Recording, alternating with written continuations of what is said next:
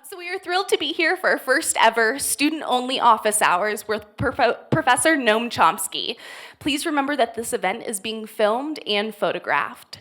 Tonight was made possible through collaboration between SBS and ASUA, and we are glad to have built such a strong partnership between the college and our student government. And of course, it goes without saying, but none of this would have been possible without Professor Chomsky. Professor Chomsky earned his PhD at the University of Pennsylvania and did his postdoctoral work as a fellow at Harvard. He then spent most of his academic career in the faculty at MIT, where he focused primarily on the study of linguistics, but also contributed to the fields of mathematics, philosophy, anthropology, cognitive science, childhood education, computer science, and psychology. He's considered the father of modern linguistics and is one of the most cited scholars alive today. We're very lucky to have him here at the University of Arizona. He joined our faculty in 2017 as the laureate professor in the Department of Linguistics in the College of Social and Behavioral Sciences and is the Agnese Nelms Haury Chair in the Agnese Nelms Haury Program in Environmental and Social Justice. For those of you that would like to ask Professor Chomsky a question, 2 graduate students will be in the audience with microphones. When the time comes, please raise your hand and they'll be assisting you. So thank you so much. So now we will turn it over to Professor Chomsky. Thank you.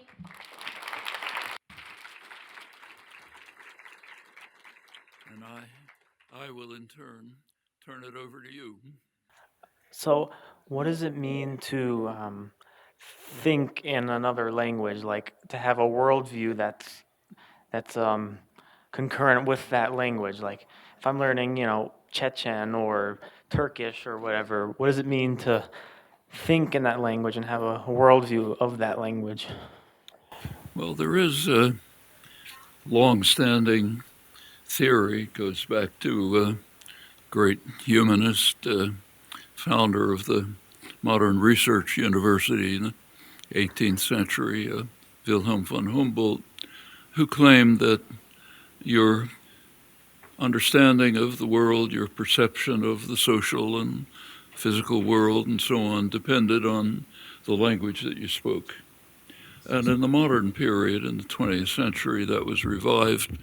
Great American linguist and anthropologist Edward Sapir, and then picked up by an interesting character. He was actually an insurance salesman who became a kind of an amateur linguist and did very interesting work. Probably heard of him, Benjamin Lee Whorf. So it's often called the Whorf hypothesis. Well, it was quite popular in the early mid-20th century. By the early 1950s, some experimentation began to see if you could find any evidence for it. Actually, the first person who worked on it was a close friend of mine, graduate student together, Eric Lenneberg, who later did basic work on biology of language. He tried to do some experiments with simple things like color perception. So would your recognition of colors depend on how the language you speak divides up the color spectrum? It is somewhat different in different languages, not radically. There are kind of pretty universal properties, but there's some variation. So he did careful studies and came out pretty inconsequential. He was studying, I think he was comparing Hopi and English, which differ in how they break up the orange-red part of the spectrum. And what he found is exactly what you'd predict, that if you using just noticeable differences, so small pieces of color that you can barely distinguish from one another, if you drew the boundary at the point where, say, English makes a distinction and Hopi doesn't, and you pointed to a color and then a minute later asked the person what color it was, the English speakers would recognize the distinction, the Hopi speakers wouldn't. But it's perfectly obvious why. you remember the name, you don't remember the color. And if you don't have different names, of course, you mix up the colors. So it was a quite uninteresting result. Actually, there was one interesting result which he never published because it was considered improper to publish. He found that he was getting a bimodal distribution in the pink-red area. There were two categories of subjects. One of the categories was making a sharp distinctions in that area. The other category wasn't. Now, if you think for a few minutes and remember the 1950s, you'll figure out the answer. Okay. Who could you get as subjects in those days? Well, two kinds of people, graduate students and secretaries. And guess who was making the distinctions in the pink-red area? Turned out to correlate with lipstick colors.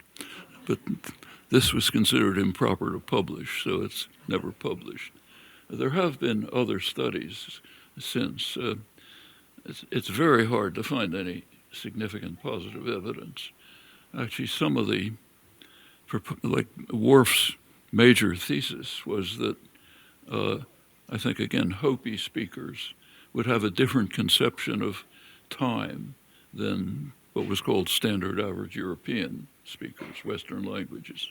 Because Westerners like us conceive of time as being kind of on a line with us standing at a certain point and the past behind us and the future ahead of us. But he pointed out that Hopi doesn't use the tense system that we do. It uses a kind of a modal system. You know, things could be like this or must be like this and so on. So that was considered a very significant result till somebody asked a simple question. Two questions. How do you know the Hopi speakers don't think of time the way we do? Just saying the language doesn't make the distinctions doesn't show it. And in fact, there's no reason to think that they think of time any different than we do. The second question that was raised is, what about English? English doesn't have a tense system.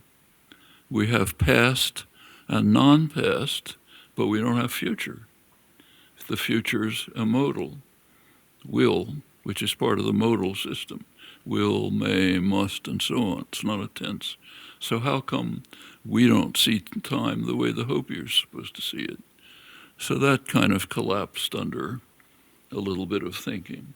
There is a lot of work since, and there are some people who claim results. There's one extremely good psychologist, actually, an old friend of Hilarious and mine, Lila Gleitman, who's just turning 90, my age. And she's been debunking this very carefully year after year. So if you look up her publications, she investigates the most, what appear to be the most striking conclusions and pretty well shows that they don't hold up. So what it looks like at the moment, at least, is that, you know, human beings just understand and see the world pretty much the same way, whatever language they speak. Professor Chomsky, thanks for being here. It's an honor to be in your presence. My name is Patrick Robles. I'm a freshman here at the U of A, majoring in public management and policy. Now, at the moment, the Democratic Party is in a battle for what side of the political spectrum a candidate should run on to beat President Trump. Do you believe that we need a moderate candidate, someone who's going to be on the fence, or do we need a bold progressive to beat the president? It's, it's pretty, I don't think there's a simple answer. There's a lot of variables that are not well understood. We don't know how things will come out. We should recognize the party system in the United States has undergone some pretty sharp changes over the years. So, for example, what are now, during roughly the last generation, the so-called neoliberal period since Reagan, both parties have shifted pretty far to the right. So the Democrats, who used to more or less be the party of working people, essentially abandoned the working class. The last effort of the Democrats to do something for working people was 1978, the Humphrey Hawkins Full Employment Act, which is an old Democrat position. President Carter was president then. He didn't veto it, but he watered it down so that it had essentially no teeth. Then came the Reagan administration, very anti-labor. The Democrats sort of abandoned the field. Over the years, Democrats have become pretty much what used to be moderate Republicans. Sanders and Warren look as if they're breaking the mold, but in fact they're going back to something that wouldn't have much surprised President Eisenhower in the 1950s, the last conservative president. Meanwhile, the Republicans have just gone off the spectrum. Political analysts, like from the American Enterprise Institute, major conservative institute, describe today's Republican Party as a radical insurgency that has abandoned parliamentary politics. And in fact, if you look at comparative studies, there are some comparative studies of political parties around the world, taking a look at their positions and trying to rank them sort of left to right, more liberal, more conservative. The Republicans are way off on the right. They're ranked with the fringe parties in Europe. The Democrats are kind of around the center. So when we talk about the progressive Democrats or the mainstream Democrats, we're actually talking about Democrats who are harking back to something like what used to be New Deal Democrats back in the 50s or 60s.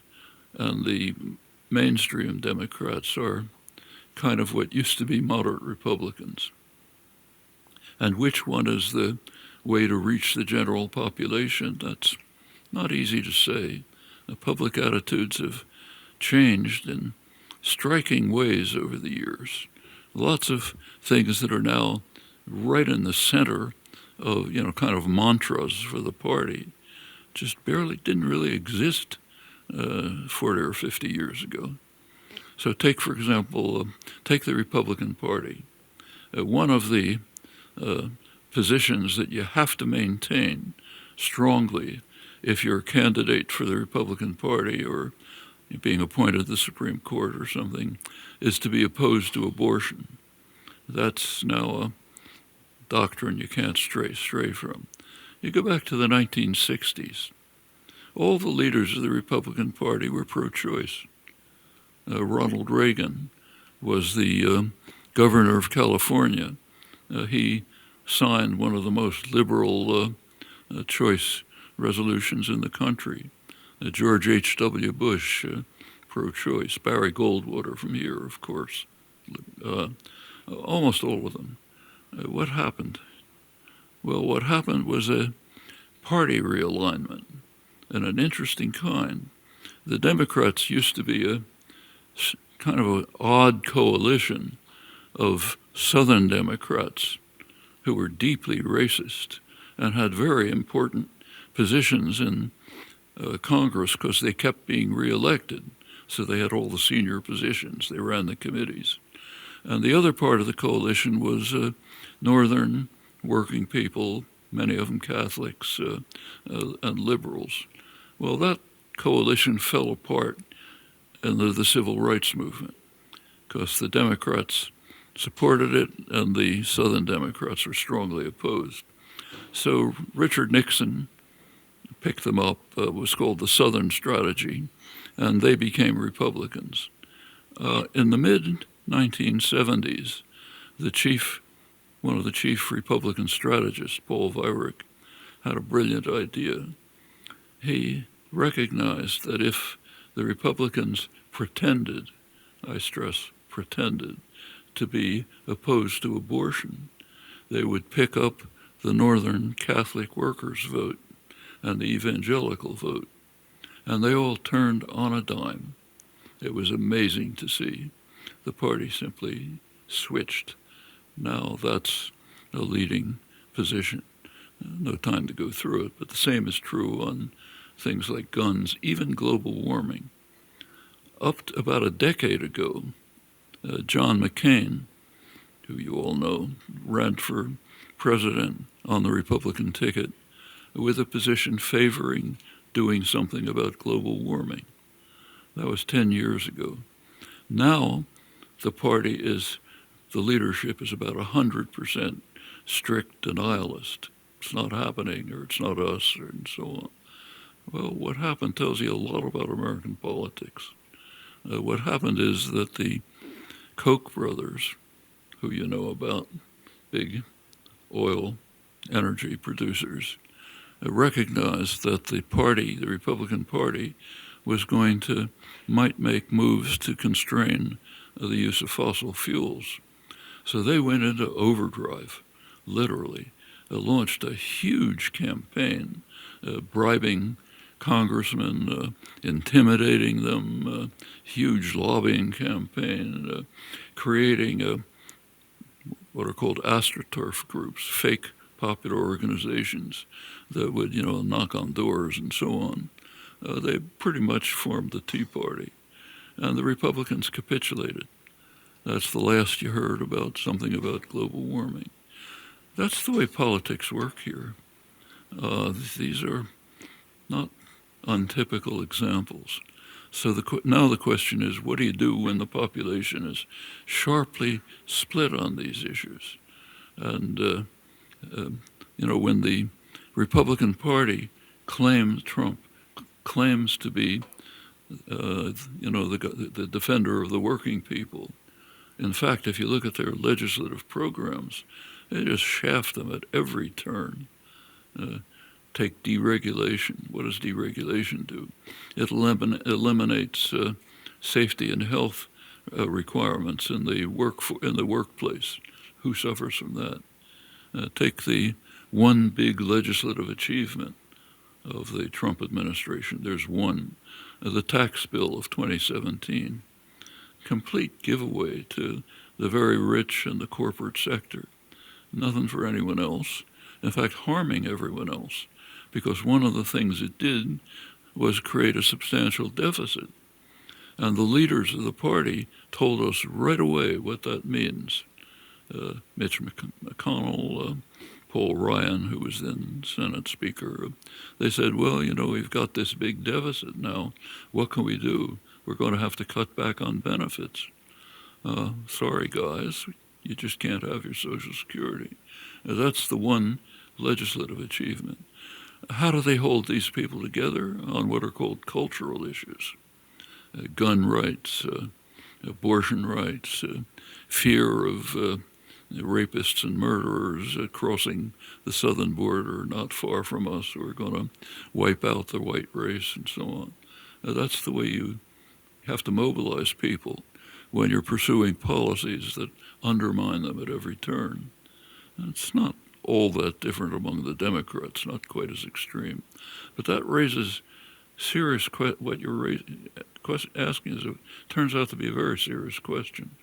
How do you deal with a country that's like this, a population that's divided like this, political parties like this?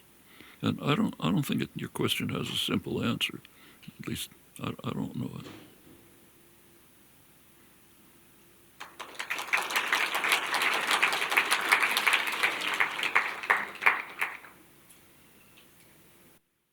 Mr. Chomsky, my name is Ryan Meister, and I am also a freshman at the U of A studying global studies and linguistics. I wanted to know your opinions and, ideas on the impact of American culture on less fortunate countries.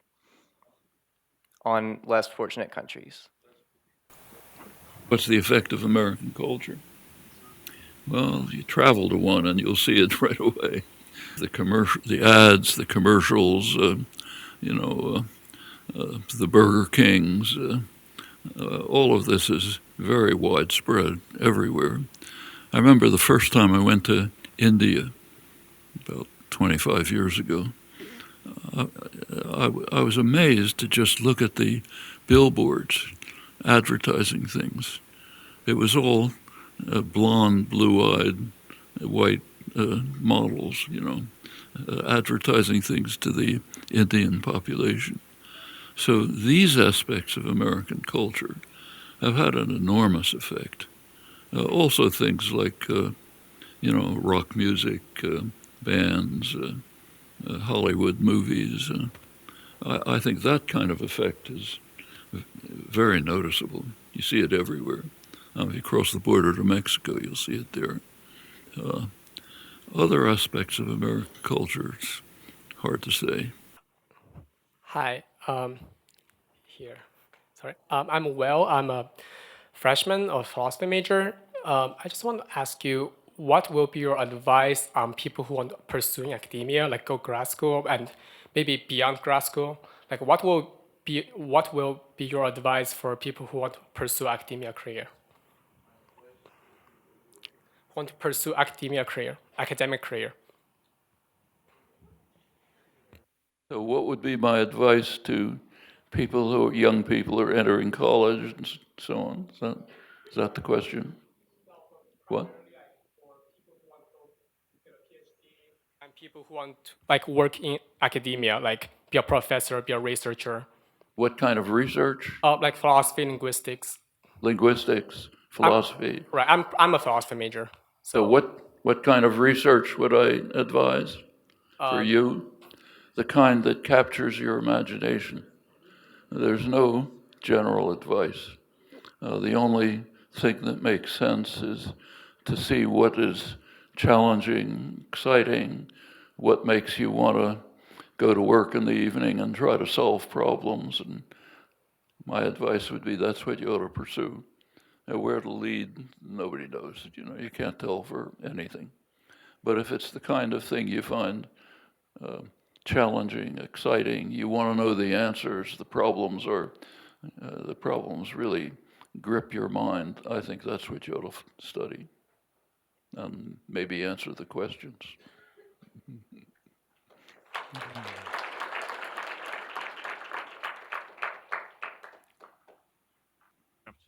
Hi, Dr. Chomsky. My name's Calvin. I'm a fourth-year philosophy and cognitive science major. I have a question about how you feel the internal language and universal grammar relate to, in one of your more recent books, discussing epistemology and sort of the mysterious, like the pure mystery in the universe. It seems to me, because you describe how the internal language and the universal grammar is a way for manipulating symbols. What? It's a way for manipulating and understanding symbols that aren't necessarily the phenomenal understanding, the understanding of experience. It seems as though maybe the way to understand the mysterious, this like numenological, inaccessible stuff is through construction with the universal language. Well, that's a whole lot of questions. The universal grammar is a term that's often misunderstood. It's a universal grammar used to mean a couple hundred years ago something that was true of all languages. That's been given up a long time ago. What universal grammar means the last 50 years or so in the framework of what has sometimes been called biolinguistics, the study of language as a biological property of humans. The universal grammar just means the genetic endowment that enables an infant effortlessly, with very little data, to become what all of you are, fluent speakers of a language. That just doesn't happen from experience. Learning, of course, makes some impact, but it's pretty much like growth of other aspects of the organism. It's what you have a mammalian visual system, not because of the kinds of things you saw in infancy, but because you're genetically programmed to have a mammalian visual system. And it's pretty much, turns out to be pretty much the same with language. That goes back to the first question that was asked about looking at the world differently in different languages. At their root, at their core, the fundamentals, languages seem to be pretty much the same, pretty much cast to the same mold. They have what appear to be wide differences, but those turn out to be quite superficial. Long story here. And the concepts of our language, the words, seem to be just the nature of human thought. That's what human thought is, something captured in our internal mental computations of the language system, finally externalized in some sensory motor system. For us right now, sound could be sign, could be touch, that's kind of irrelevant to language. What's going on internally seems to be the same, seems to be a system of thought. Now, I should add here a qualification that what I'm saying is considered very controversial. If you took a poll among linguists, most wouldn't agree. So I'm telling you what I think is the case. Could discuss it. But going back to, so I think we think, if you just pay attention, introspect for a few minutes, you can't stop talking to yourself. It's almost impossible. It takes a tremendous act of will to stop language going through your head. Now, if you pay close attention, what's going through your head are not fully formed sentences, not the kind of thing you speak. It's just little fragments of this, another fragment of that, all kinds of things buzzing around in your head, but all some kind of language.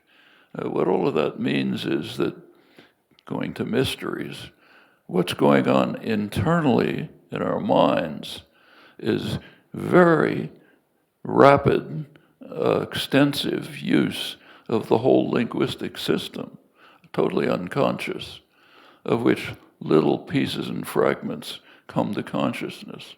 And that's what we call talking to ourselves. But we're always internally thinking in complicated ways, and as far as we know, it means just using language, trying to discover what's going on. That's very mysterious. One of the reasons it's mysterious is that since we're talking about a unique human property not shared by any other animals, we cannot do the kinds of experiments that have taught us about, say, the visual system. So we know a great deal about the human visual system by doing invasive experiments with, say, cats.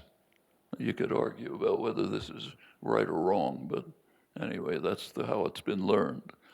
You put an electrode in a single neuron in the external vision, the striate cortex, where the stimuli come in. You can learn quite a lot about the neuropsychology of how vision works. And since we have same visual system as a cat, basically, we understand a lot about the human visual system. You can raise kittens under controlled conditions, so lacking any patterned stimulation for the first couple of weeks of life, and see what happens to the visual system. You learn quite a lot that way. You can't do that kind of thing with language. You can't take infants and put them in controlled situations and see what happens. If you could answer a lot of these questions. So when you study language or other uniquely human characteristics, traits, you have a big burden to deal with. You cannot do the kinds of experiments that immediately come to mind and that could be very illuminating. You have to be smarter. You have to figure out indirect experiments that are not invasive. And it makes it much harder, but more, going back to your question over there, makes it more exciting. Harder questions. And there are some real mysteries that we'll probably never be able to answer. So, for example, if you compare the concepts of human language and thought, things like a table, a chair, a river, person, and so on, they have absolutely no analog in animals. Animals can't even identify, comprehend, grasp, say chimpanzees, cannot grasp a concept like naming. Naming, saying that's an apple. They can get all kinds of associations with apple, but not anything like a name. There's very interesting work on this. So the human concepts are unique. Where'd they come from? We have no idea how to research that question. We can't go back 200,000 years and observe what was going on in our ancestors at about the time that language appeared to be emerging. So it's just the kind of thing where there, in principle, there could be ways of studying it, but they're not humanly impossible. And there may even be mysteries that we just can't penetrate because our cognitive capacities just don't have that ability. It is widely believed, many scientists believe, that human intelligence can answer any possible question. That's a very dubious doctrine. I mean, if humans are part of the organic world, not some kind of angels, then they should be subject to the same conditions that other organisms are subject to. So every organism has certain cognitive capacities, can do a lot of things, but there are certain things it just can't do in principle. I mean, you can train a rat to run a right-left maze, turn left first, then turn right, and so on. You can't train it to run a prime number maze. It just doesn't have that concept in its repertoire. And the question is, why should humans be different? Well, there's some pretty plausible candidates for things we just can't understand. One of them, which has been discussed intensively since classical Greece, is simply the concept, the matter of freedom of will. So, can I decide to lift my finger or not to do it? All of us, our most confident belief is that we can decide. Even people who deny freedom of will, understand very well that they can decide. Well, what does science tell us about this? Zero. There's no explanation for it in science. There's no refutation of it. It just is sitting there. I mean, people who like to believe, you ask your favorite physicist, they'll tell you there can't be any freedom of will because it's inconsistent. It's because science can really deal only with two basic ideas. One is determinacy, and the other is randomness. And within the framework of determinacy and randomness, there's no choices. So it follows that everything you're doing, deciding to lift your finger, closing your eyes, it's all been determined. You had no choice in the matter. We all know that that's not true, but that's what science tells us.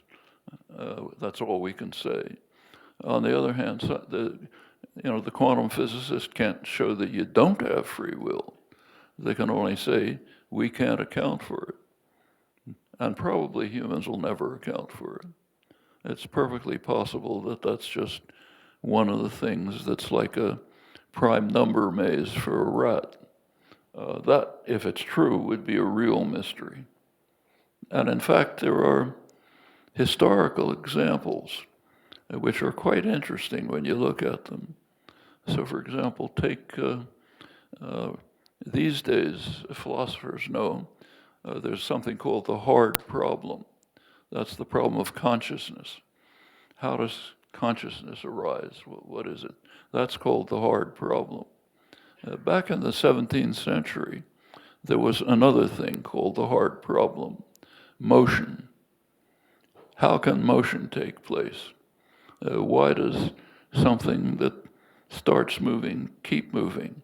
Why does it go in this direction, not another direction? Why isn't everything still, let's say? Actually, that question was never answered. It was abandoned. It was abandoned because you couldn't find an answer to it. And science just changed its goals. It was concerned to develop theories of motion, like Newton's theories or relativistic physics. And you could understand the theories of motion, but you never really understood motion. In fact, if you really look back in detail, the history is quite interesting. The modern scientific revolution from Galileo on, Descartes, Newton, and so on, was based on a certain concept of explanation. A theory was not legitimate if you couldn't model it in a mechanical system. If you couldn't build a mechanical system that would satisfy the conditions of the theory and implement them. This was a period, 17th and 18th century, where there were very complicated artifacts being built by skilled artisans, which acted, looked just like people. They were carrying out dramatic plays, all sorts of things. And the assumption of Galileo and others was that's the way the world is. It was built by a very skilled artisan, and it's just got to be a mechanical object of some kind. Everyone believed that. Newton came along and showed that it can't be true, that there's interaction of entities without contact. Attraction and repulsion don't require contact, which means it's not a mechanical universe.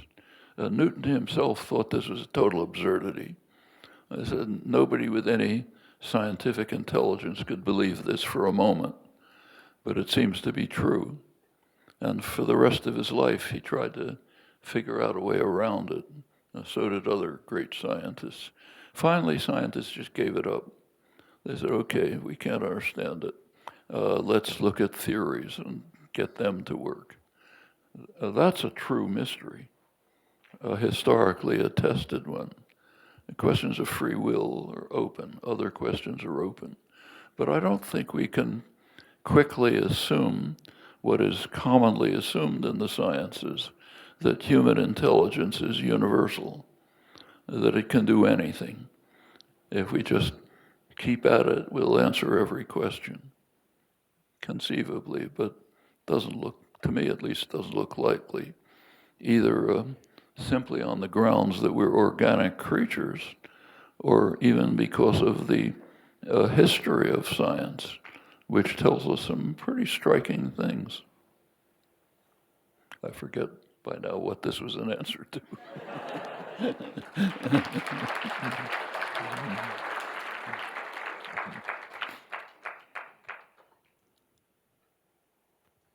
Hi there, my name's Jayden. I'm with engineering college. I'm studying computer and electrical engineering. In high school, I remember reading George Orwell's 1984, and one of the things that stuck with me from that was this idea of Newspeak, and how it was one of the ways that Big Brother would control the population by limiting your vocabulary, and I thought that was really interesting. And then I would see my little baby cousins and how they would seem to just not think things through because they just didn't have the same vocabulary that us older folks did. So I'm hoping that this is something that you can answer. Does the extent of your vocabulary, the extent of your grammatical understanding of knowledge and such, the number of languages you know, do those increase your capacity for understanding the Well, world around us? I mean, there are things that, if some of you are fairly fluent in a second language, not totally, but fairly, you'll be familiar with the constant phenomenon.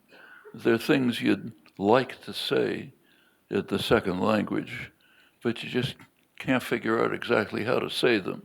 You could say them in your first language and then maybe translate them, but they just come fluently in your first language. I happen to live with someone who faces this problem constantly. Native language is Portuguese. Sometimes the English phrases just don't come out. I've had the same experience without knowing a second language that well. But if you ask what's going on deeper in your mind, all of those concepts are there somehow. They just haven't been elicited by sufficient stimulation. Just like you're capable of making fine color discriminations, but if you haven't been trained in it, you just don't see them. It's just a blur. I mean, it's kind of like, I don't know if any of you ever looked at an X-ray. It just looks like visual noise, On the other hand, if you're a trained radiologist, you see things. And I think it's the same in this case. It's all sort of inside somewhere, but it has to be elicited. And if it's not elicited, of course, you get difficulties.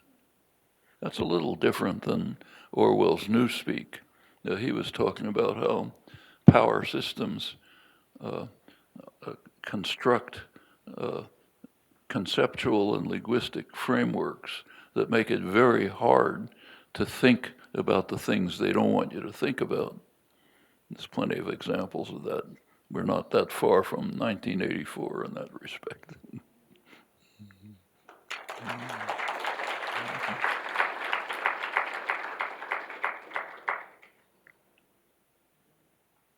Okay. Hello, sir. Over here. I'm Swathi, and I'm here with the Engineering College with minors in philosophy and math. And I was wondering, so recently there's been a global trend about this idea of fake news. And do you think this trend, with its transparency, I would say, and complete mistrust in journalism, would you make tweaks to your propaganda model at all with the recent trend? And do you think that media and journalism has to reinvent itself in terms of content? I didn't quite get it. Could you try again? Right. So there's been a recent trend towards fake news. Trying to what? Trend towards fake news. This idea that anything that is on the media is false. Anything in the media is false? Yes. Fake news? Yes. Well, that's an interesting development, very recent. And I was wondering if you would in any way tweak your propaganda model with the global trend. Well, it's a device of propaganda that we didn't consider. It's really, this has really began a little bit with the second Bush administration. The idea that reality is what we create, not what's out there. But under the Trump administration, it just became, a global phenomenon. And it's very dangerous. If you look at people's attitudes towards the media, the level of distrust is phenomenal.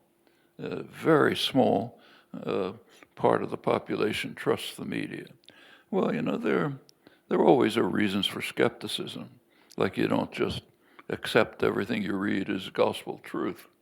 But the fact of the matter is that if you want to get a fair picture of what's happening in the world, the only way to do it is to read the major media. You have to read them critically. You have to understand what they're not saying.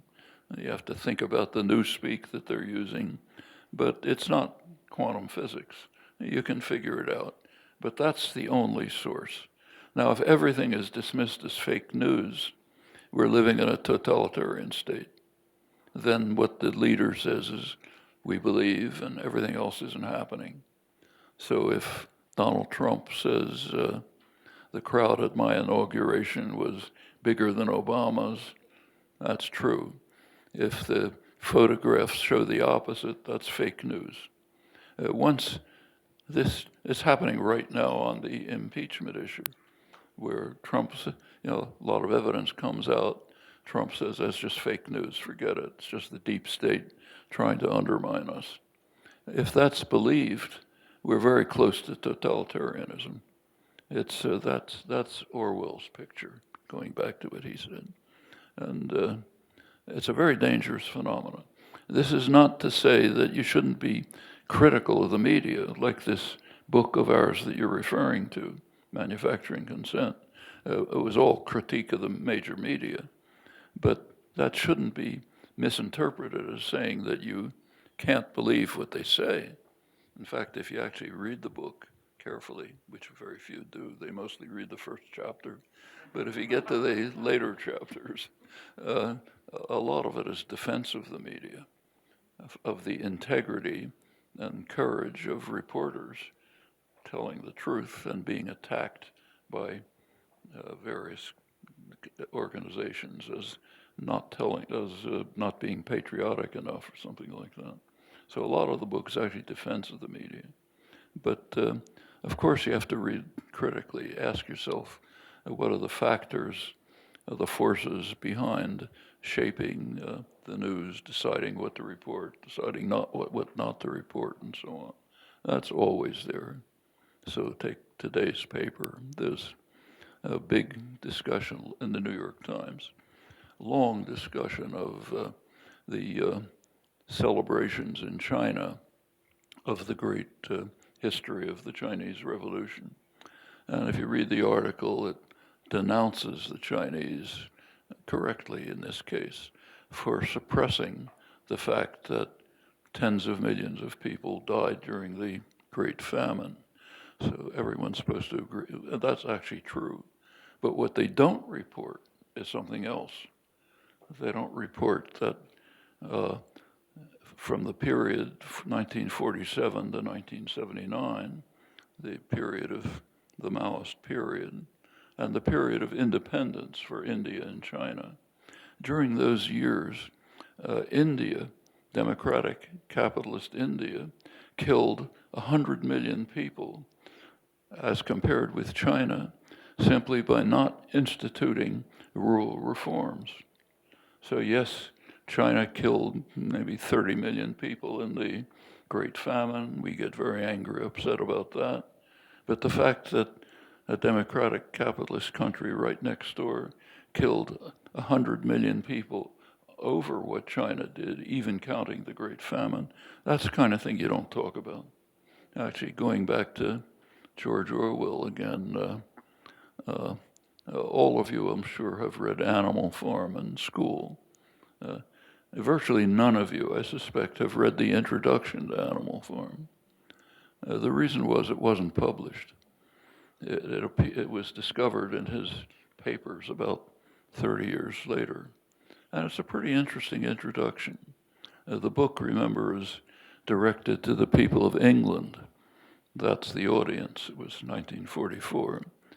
And what he says in the introduction is basically, look, this is a satire on the totalitarian enemy, but people in England shouldn't feel too self-righteous about it.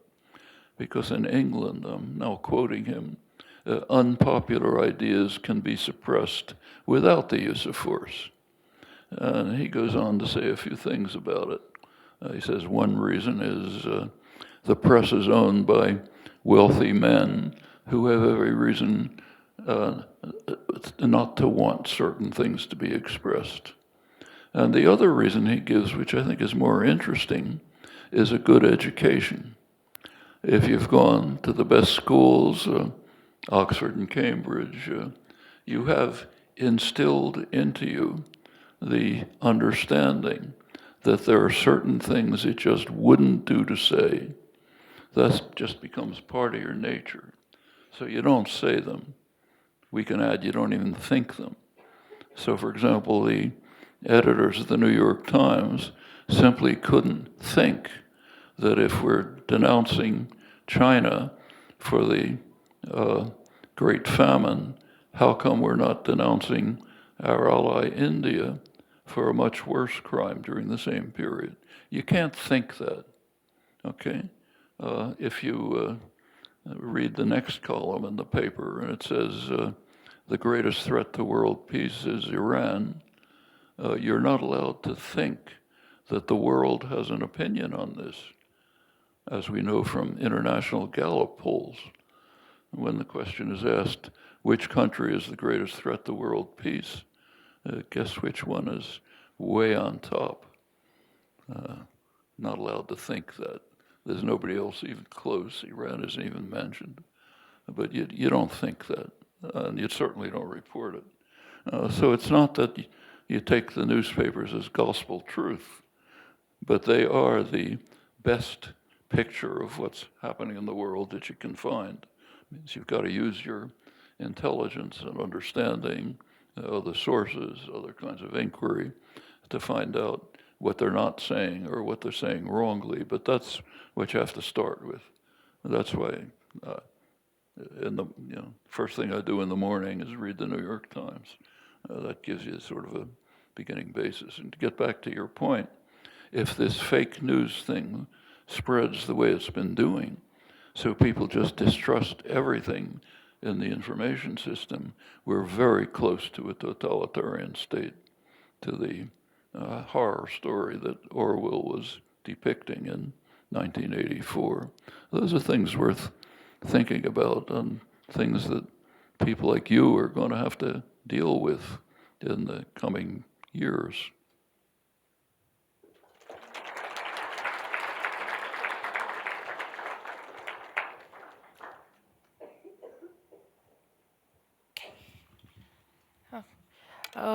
Hello, Professor Chomsky. My name is Bing from Vietnam. I am a major in astronomy. And forgive me if my question is long, because this is actually like the backstory for a novel that I'm writing.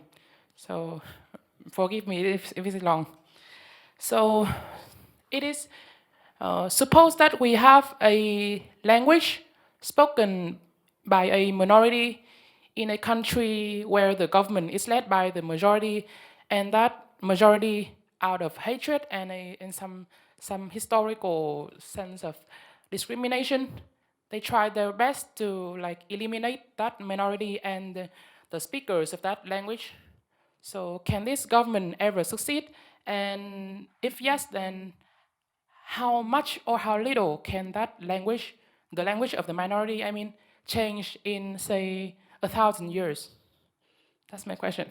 So I don't think I completely understand. It's about a situation in which there's a majority language and a minority language, and what is the fate of the minority language if the majority wants to suppress it? Is that roughly the idea? That's nothing very remote. That's right here in Tucson. So there's a majority language, the one we're speaking. There's a language that's native or near native for maybe 40% of the population, Spanish, okay? Now, how do we deal with it? Well, think about it.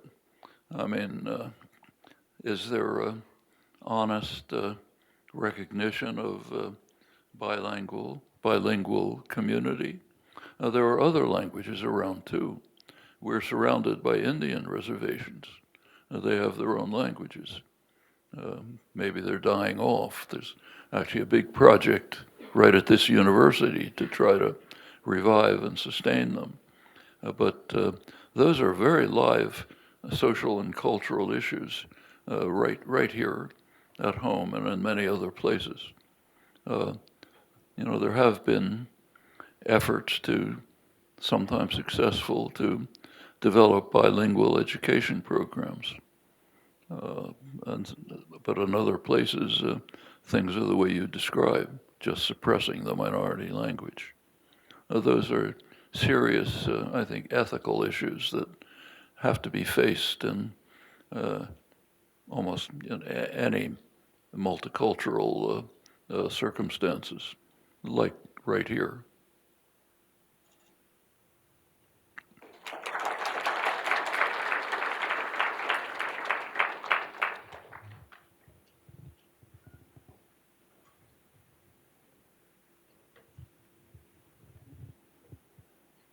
Okay, sure.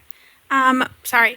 My name is Sofia, and I'm a religious studies and political science major. I just wanted to know what your opinion was on the global movement towards the right and towards nationalism, and specifically why a lot of these movements are Islamophobic in nature. So why is there a global movement to the right? First of all, we ought to qualify it a little. There is a global movement to the right, but there's also a counter movement. In fact, we just saw a dramatic illustration of it last week, the global climate strike, which was a pretty remarkable event, organized mostly by young people around the world, millions participating in an effort to try to get the adult population of the world to live up to their minimal responsibilities and try to save civilization for the next generation. That's not on the right. In fact, the right opposes it. So you're correct, it's happening, but it's not the only thing that's happening. That's important to recognize. Why is there a general movement to the right? Well, you know, if you look in particular countries, say Hungary, France, Germany, United States, Brazil, there are specific reasons. But there are commonalities also. It's a general phenomenon. And there are some core reasons that show up almost everywhere. One of them you should be familiar with. It's the economic policies that have been imposed for the last 40 years. The policies generally called neoliberalism, which are supposedly market-oriented, but that means really supportive of business and the wealthy. And what's happened almost everywhere is what's quite clear here. So you take a look at real wages in the United States. Now, how much can a working person purchase as compared with the past? Turns out they're about the same as in the 1970s, literally. The purchasing power of a real wage is about 1979. That's 40 years without any improvement in real wages for the majority of the population. Now, there has, of course, been economic growth. Now, where's it gone? Into very few pockets. By now, 0.1% of the population has about 20% of the country's wealth. Half the population have negative net worth, meaning your liabilities are greater than your assets. It means if you have a sudden medical, you get in a car accident and you get badly hurt, you're going to be destroyed. You go bankrupt. You have to sell your house and so on. That's half the population. This is happening around the world. Same in Europe. Europe, it's even worse in some respects. It's called austerity. And in Europe, when you have high concentration of wealth and stagnation for the majority, that influences the political system in very obvious ways. Those who have wealth and capital and the corporate sector, they can influence political choices. They always do, but they can do it much more if wealth is concentrated. So you have a kind of decline in functioning democracy. You see that all over most of the world. Europe, as I say, it's worse because the national states have abdicated political decision-making to bureaucrats in Brussels. That's the European Union. So if you're an Italian or French, you don't make the major decisions. they're made by unelected bureaucrats in Brussels. Our system is not that all different, in fact, but not that bad. Well, when you have phenomena like this going on around the world, people get angry. They get resentful. They get bitter. They begin to oppose the governing institutions. They begin to be susceptible to claims that everything's fake news and many other things like that. They just lose trust at everything. That's fertile soil for demagogues who can easily pick that up and say, the fault is not the governing institutions, the fault is Afro-Americans who are taking away your welfare, immigrants, they're stealing your jobs, China is stealing your jobs, some bad people around are doing all this to you. And then you get the rightward drift that you're talking about. And it's a kind of pathological phenomenon all over, ultimately traces back to, I think, to these socioeconomic policies which were instituted essentially around the Reagan-Thatcher period, early 80s, spread around the world. In the third world, they took a really harsh form. They took the form of what were called structural adjustment programs imposed by the International Monetary Fund, which said you have to cut benefits, you have to cut anything, you have to increase working hours, you have to reduce rights, you have to allow what's called flexibility of labor, meaning if an employer wants to kick you out tomorrow, he can do it. A lot of the economics profession favors this on the basis of pretty dubious economic theories. But the effect has been lethal. In Latin America, there were about 20 years of total stagnation or even worse. It's part of the background for things like the right-wing drifts you see in Brazil and elsewhere. Countries like Yugoslavia, structural adjustment just tore them apart. And it led to ethnic conflicts, which led to the horrors that you saw in 1990s. Rwanda, where there were hideous atrocities, they were largely the effect of structural adjustment programs in the 1980s, which caused enormous distress and raised ethnic conflicts to a higher level. That's the kind of thing that happens. You look for scapegoats to blame. This has been going on for 40 years now. And unless there are counter tendencies, like what I just mentioned, but others. Somebody mentioned before, you mentioned about the progressive candidates. Well, that's a counter tendency, and that's quite significant. So if you take the 2016 election in the United States, in Europe, when you look at the elections, the centrist parties are collapsing. Center-left and center-right parties, they're just disappearing. In the United States, we have a rigid party system, strict two-party system. Nobody else can get into the game. So the parties keep their same names, but they're collapsing the same way they are in Europe. So you take 2016, the Republican establishment certainly didn't want Donald Trump. The Democratic Party establishment didn't want Bernie Sanders.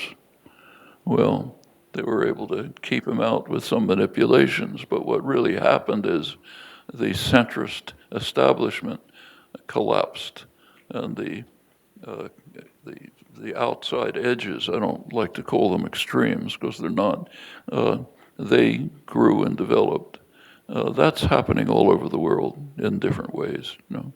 But I think the core answer to your question is the anger and resentment and distrust of institutions that resulted from things like living under stagnation for 40 years when enormous wealth is being accumulated right next door. That doesn't make people happy, even if they don't understand the mechanisms behind it. They can see it in their lives. And you kind of lash out. And it's easy, again, it's very easy for demagogues to organize as xenophobic, racist, other attitudes and say, okay, that's the problem. Mm-hmm.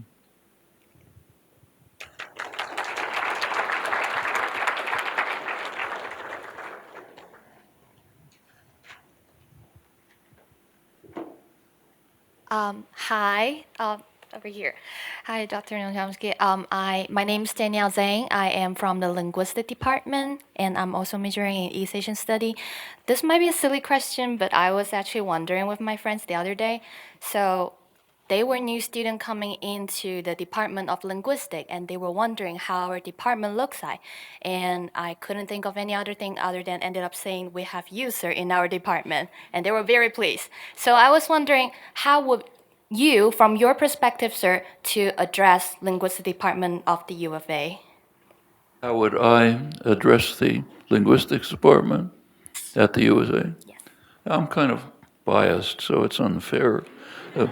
Most of the department is former students, so what can I say? I think they're doing a great job. They learned something at MIT.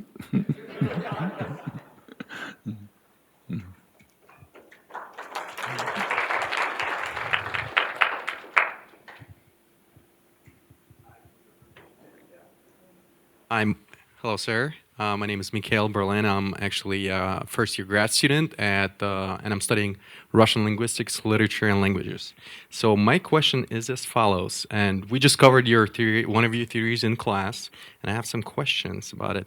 So in your theory, you talk about innate ability of infants to learn a L1 language effortlessly in short amount of time. So how does this ability works on L2 acquisition, especially past critical period of development?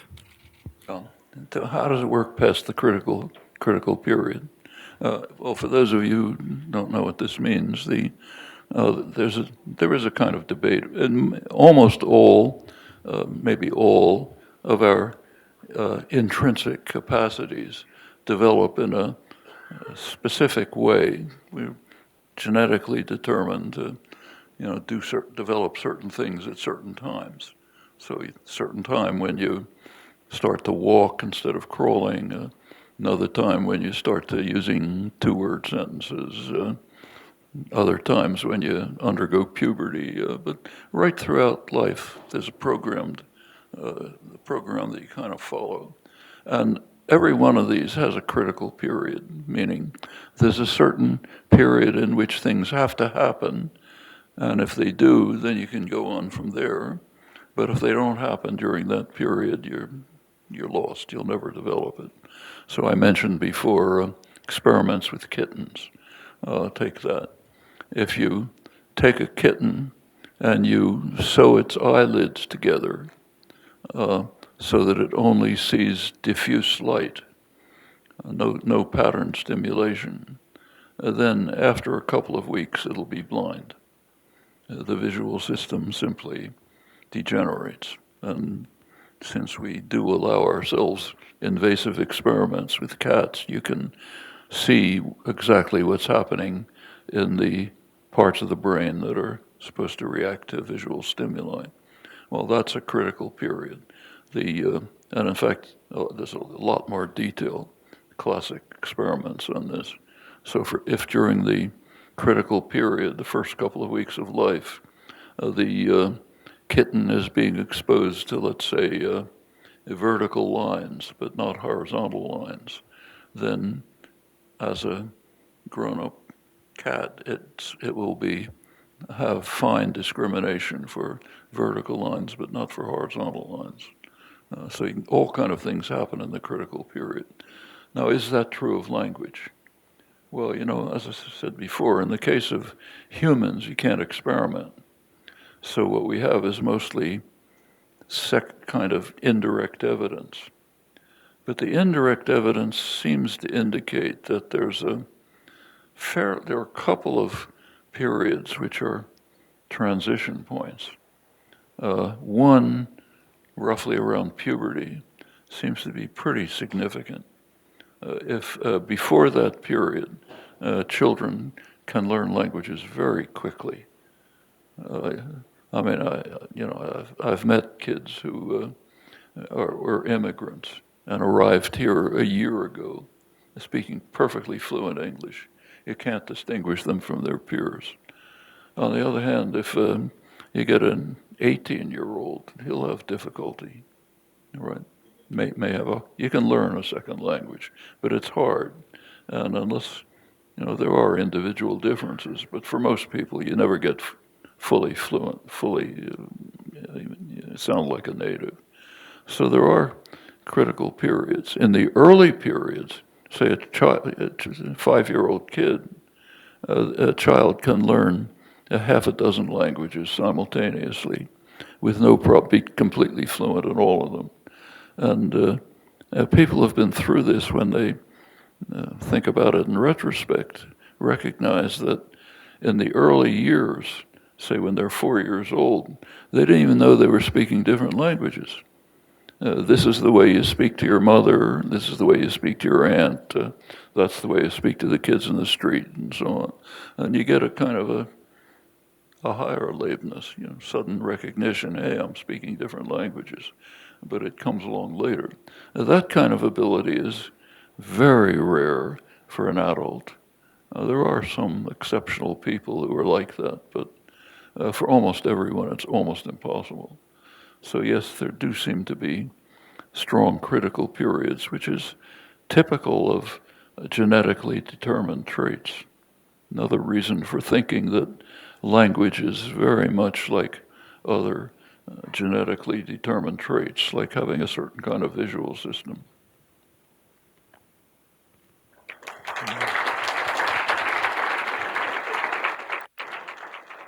It looks like there's time for about one more question. So if it's a good one, let us know. It's lucky there aren't two more questions. You'll have exhausted everything I know. Hi, my name is Trevor. I am a law and political science major. And my question is, because of the reemergence of the idea of a universal basic income, primarily through the 2020 election, do you think a universal basic income is a good idea? And if it doesn't end up coming to fruition, do you see the idea of a universal basic income going back into the limelight? Well, I think it depends very much on the general context in which it would be introduced. So, for example, the UBI was advocated by conservative economists like Milton Friedman. But for them, what they wanted was to destroy the welfare system. Well, if you have a universal basic income and no welfare system, it would be a disaster. There are people who just have different needs. Some people need things that other people don't need. And a reasonable society will have a support system which accommodates people's particular needs. Others who don't have those needs don't get it. That would be a reasonable society. A UBI without welfare, I think, would be disastrous. On the other hand, in a system in a society that has at least, takes care of people's needs, ensures basic health care, let's say. The United States, incidentally, is off the spectrum on this. It's one of the rare societies that doesn't do it. And it's very much on the agenda now on the election. But in a society that does care for basic needs, a UBI could be an effective way of just giving people freedom. So, somebody comes out of graduate school and trying to decide what to do with their lives. This would give you a little freedom to make some choices and decisions and to explore, and many other similar circumstances. So it could be I think a positive thing, would make life better, or it could be a disaster. It depends on the context in which it's introduced.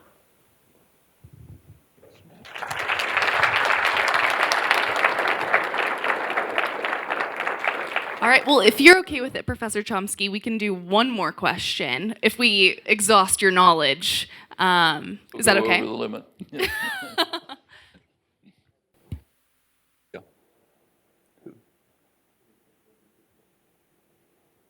Hi, Professor Chomsky. I had your class with Professor Waterstone a few years back, and something I didn't know back then that I think a lot of young people don't know about actually is the roots of anarchism in leftist ideology.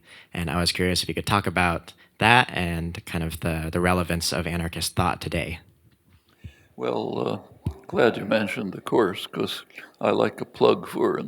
Marv Waterstone and I are going to be teaching it again in the winter session. It covers a lot of the kinds of things I've been talking about here.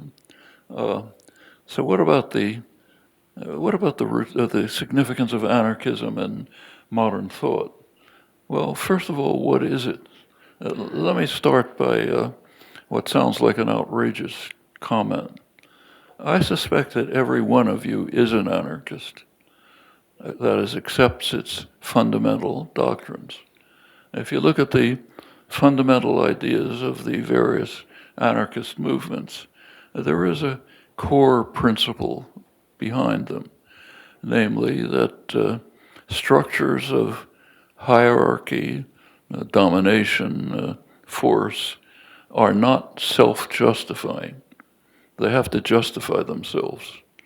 And if they can't, which is almost always, they should be dismantled.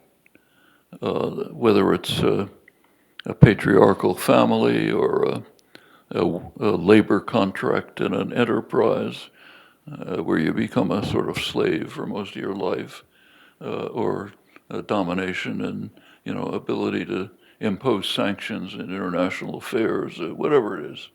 If any such structure of control and domination does not have a justification, it shouldn't exist. Okay, that's the basic concept of anarchism. Its roots go back into classical liberalism.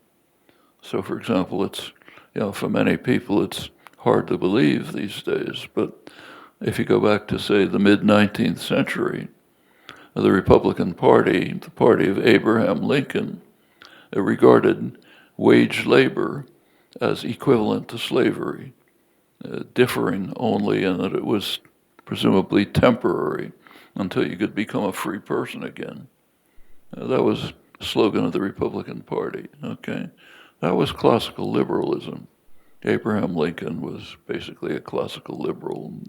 It was also the view of working people in the day.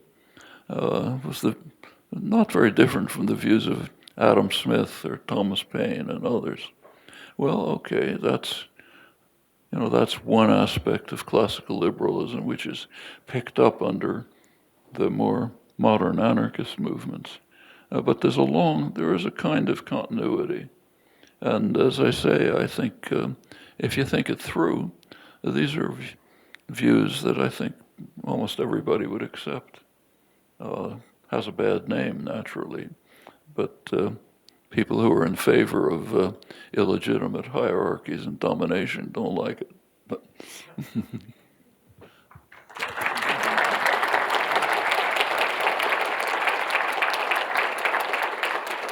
Well, thank you all for coming. Thank you, Professor Chomsky, for being here with us. Thank you to SBS and all of ASUA. We were so happy that you were able to join us today. Hopefully there is a future with Office Hours with Noam Chomsky very soon. So thank you.